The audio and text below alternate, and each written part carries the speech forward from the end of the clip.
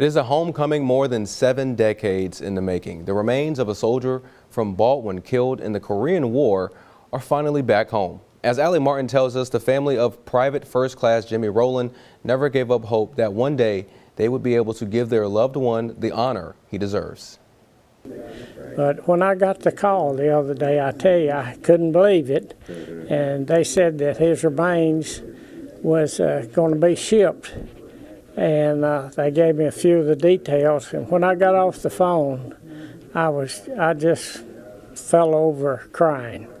I cried for about 10 minutes. Now, the wife said, "What is wrong with you?" I said, "Well, my uncle's coming home."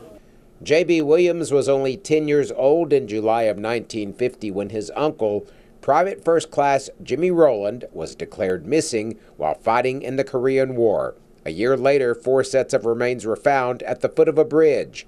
3 of the soldiers were identified as members of Rowland's regiment, but the 4th set of remains could not be identified. You always think it was a mistake, and they'll find him somewhere, and one day they will announce that he has been found and he's coming home.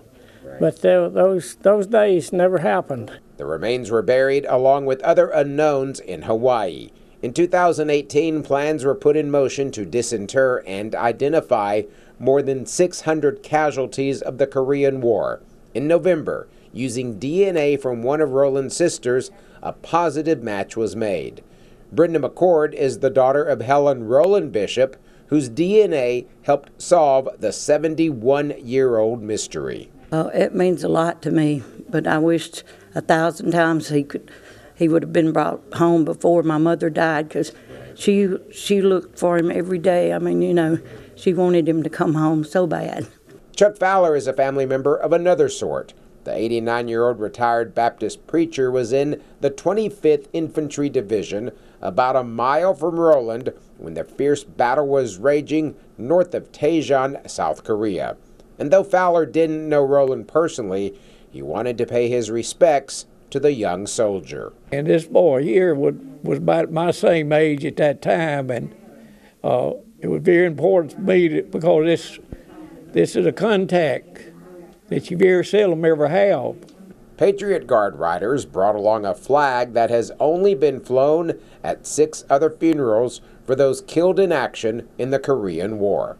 Just to let you know that this is, in our organization, it's a very sacred flag. This person here that gave his life is the reason we have the freedom we have today.